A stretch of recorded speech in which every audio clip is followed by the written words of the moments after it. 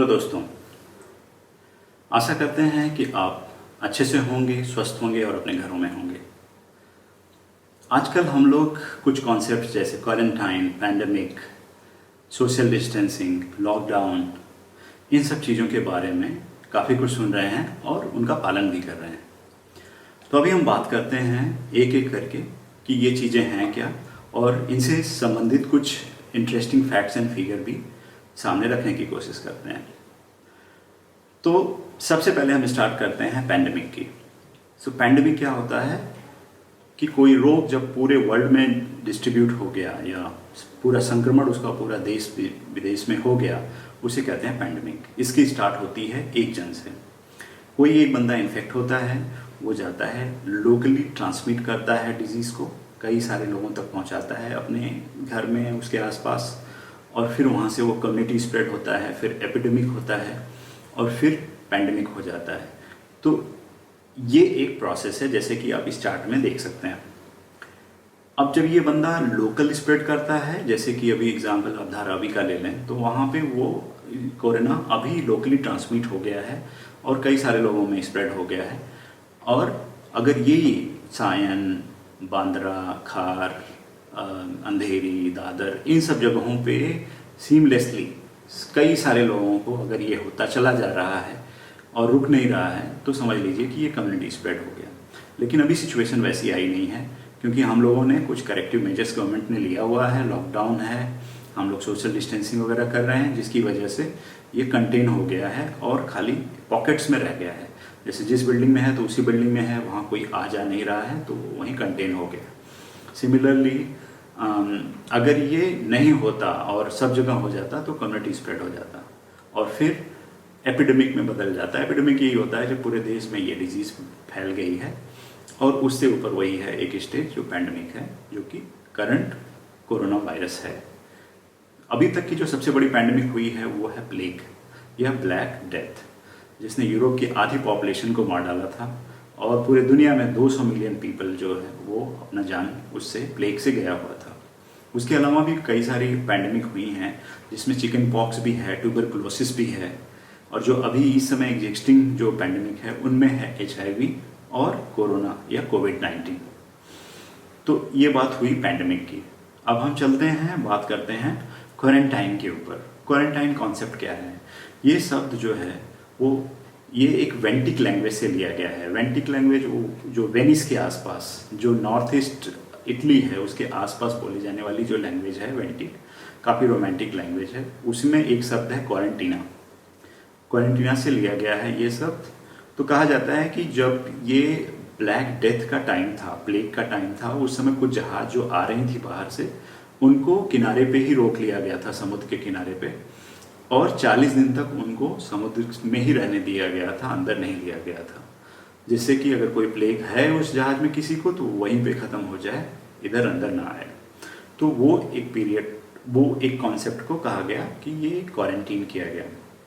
अभी हुआ क्या है, यहाँ पे जो लोग विदेश से आए हैं वो अपना, उनके लिए फैसिलिटी गवर्नमेंट ने बनाई है, वो वहाँ जाते हैं, जा करके और अपना वहाँ 14 डेज तक उनको देखा जाता है अलग रख करके।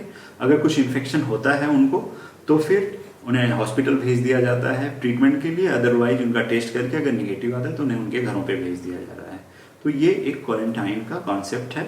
और साथ में सबसे पहले मुझे लगता है महाराष्ट्र गवर्नमेंट ने स्टार्ट किया था, स्टैंप मार रहे हैं सबको होम क्वारंटाइन के लिए कि आप कहीं से अगर जा रहे हैं तो आप होम क्वारंटाइन हो जाइए और अपने घर में ही रहिए, बाहर मत निकलिए। तो ये चीज़ें जो हैं ये एक प्रयास है, ये कॉन्सेप्ट्स ऐसे हैं कि डिजीज़ को कंटेन किया जा सके, स्प्रेड नहीं हो। अब हम बात करते हैं सोशल डिस्टेंसिंग। ये भी एक करेक्टिव मेजर है, ये भी एक कॉन्सेप्ट है। जैसे कि चेन रिएक्शन होता है, वैसे सोशल डिस्टेंसिंग में अगर हम नहीं करते हैं तो डिजीज़ 1 से 3 में, 3 से 6 में, 27 में, फिर ऐसे बढ़ती जाती हैं, हज़ारों में फैल जाती हैं।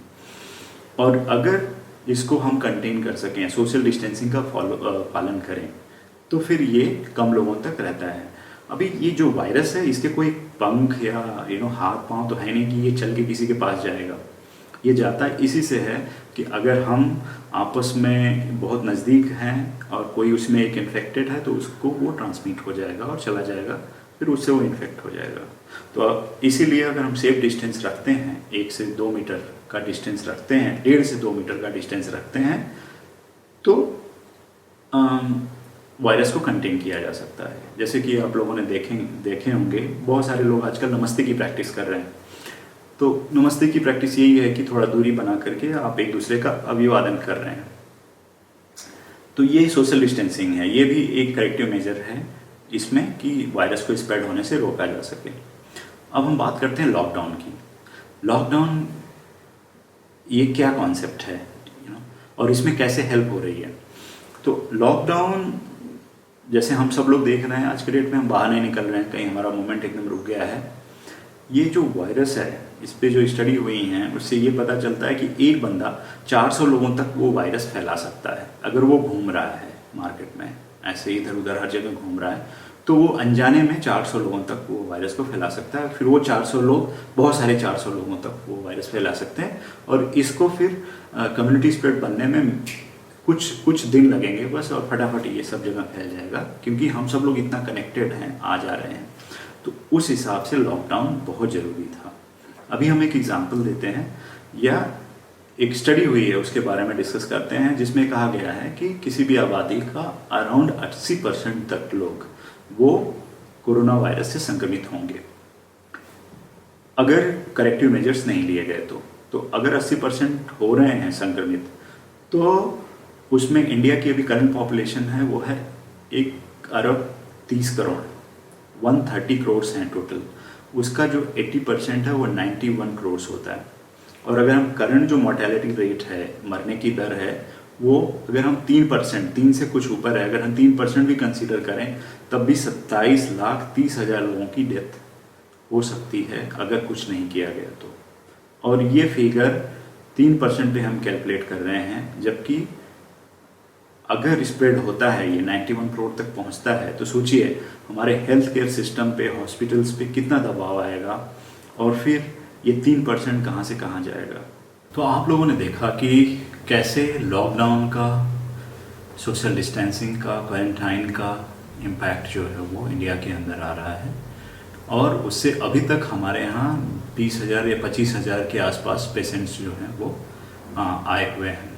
उनमें से काफ़ी सारे ठीक भी हो रहे हैं, और चूँकि इसका जो रेट है संक्रमण फैलने का वो डबल होता था ऑलमोस्ट हर चौथे दिन, अभी वो घट के 7 दिन, 8 दिन, 9 दिन हो गया है। और वो धीरे धीरे जो है एक पीक बनेगा, और पीक से फिर वो नीचे आता चालू हो जाएगा, जिसमें फिर ठीक होने वाले पेशेंट्स की संख्या ज़्यादा हो जाएगी और नए संक्रमण जो है वो एकदम से कम हो जाएंगे। ये डिजीज़ धीरे धीरे करके निकल जाएगी।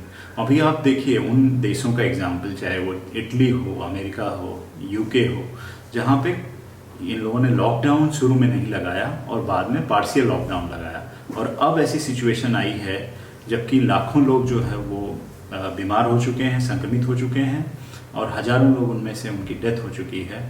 तो उसके बाद उन्हें चेत आई और उन्हें ध्यान आया कि नहीं, लॉकडाउन सचमुच अच्छा है, वो लगाना चाहिए, और इकोनॉमी से ज़्यादा पीपल की वैल्यू करनी चाहिए। तो वो अभी कर रहे हैं, और उसके बाद अब वहाँ भी अच्छे परिणाम मिल रहे हैं।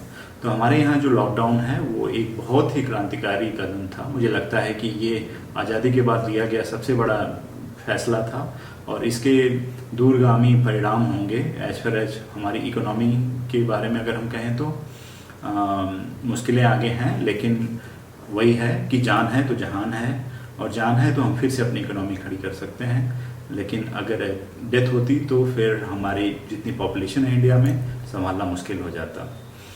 अगर आप ऑब्जर्वर हैं तो आपने देखा होगा मोदी जी के बॉडी लैंग्वेज को, जब भी उन्होंने अनाउंस किया था ये दोनों लॉकडाउन्स, उनके कंधे एकदम से गिरे हुए थे, चेहरा एकदम मुरझाया हुआ था, और उनको शायद ही किसी ने कभी उस तरह से उस सिचुएशन में कभी देखा होगा। तो ज़रूर ही वो एक निराशा का फेस था उनके चेहरे पे, और वही यही दर्शाता था कि आगे क्या होगा भगवान जाने, इतना बड़ा देश है, कैसे रुकेगा ये स्प्रेड। लेकिन अभी जैसे केसेस आए हुए हैं उस हिसाब से तो ऐसे लग रहा है कि 20-25 हज़ार हमारी इतनी बड़ी आबादी में कुछ भी नहीं है। बिलीव मी, अभी जैसे ये कंटेन हो रहा है, अगर हम इस तरह से कंटिन्यू करते हैं तो ज़रूर ही हम इस पे विजय प्राप्त करेंगे। नेक्स्ट वीक हम एक ऑन्कोलॉजिस्ट ग्रुप से इंटरेक्ट करने वाले हैं, उनसे बातें करने वाले हैं कैंसर पेशेंट्स और कैंसर से रिलेटेड चीज़ें और कोरोना से रिलेटेड चीज़ों के बारे में। तो अभी जैसे किसी की कीमोथेरेपी बाकी है या होने वाली है या हुई थी, तो अभी उनको क्या प्रिकॉशंस लेने चाहिए, और अगर उनकी थेरेपी में लेट हो रहा है तो क्या होना चाहिए। तो इन सब सारी चीज़ों के बारे में हम बात करेंगे। हमें आपसे अनुरोध है कि आप भी अपने कैंसर पेशेंट्स, अगर आपके फैमिली में फ्रेंड्स कहीं कोई है और उससे रिलेटेड कोई क्वेश्चन है आपको, तो आप ज़रूर हमें कमेंट सेक्शन में लिखिए, जिससे कि हम वो क्वेश्चन ऑन्कोलॉजिस्ट से पूछ सकें और आपको एक इन्फॉर्मेटिव वीडियो के थ्रू आपको वो मैसेज दे सकें। तो आशा करते हैं कि आपको ये प्रोग्राम अच्छा लगा होगा और ये इन्फॉर्मेशन वैल्यूएबल और इन्फॉर्मेटिव रही होंगी। अगर ऐसा है तो आप प्लीज़ इसे लाइक और शेयर और सब्सक्राइब करें। Thank you.